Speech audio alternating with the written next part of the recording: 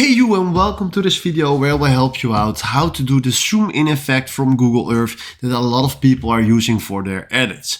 Now first of all, we search for Google Earth just right here and then click on Google Earth.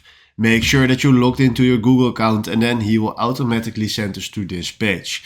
Then right here we click on create a new project and then right here we are here on the map. Now if we go to Greece, let's say we want to go to a place in Greece. Let's say this island, just right here. Then what we need to do is search a nice place where we want to go. So I like this place. Place my right click on this place and do add place mark here. Now let's call this one zoom in effect.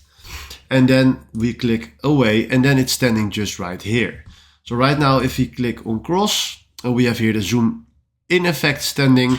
And we zoom out, just like this. And we click here on the three dots and we do start slideshow. You will see what will happen. So right now if you click on this, you have the zoom in effect just right here, as easy as possible, and hopefully I could help you out with this problem. Alright, if you found this video helpful, please consider subscribing and give this video a like. And then for now, thanks for watching.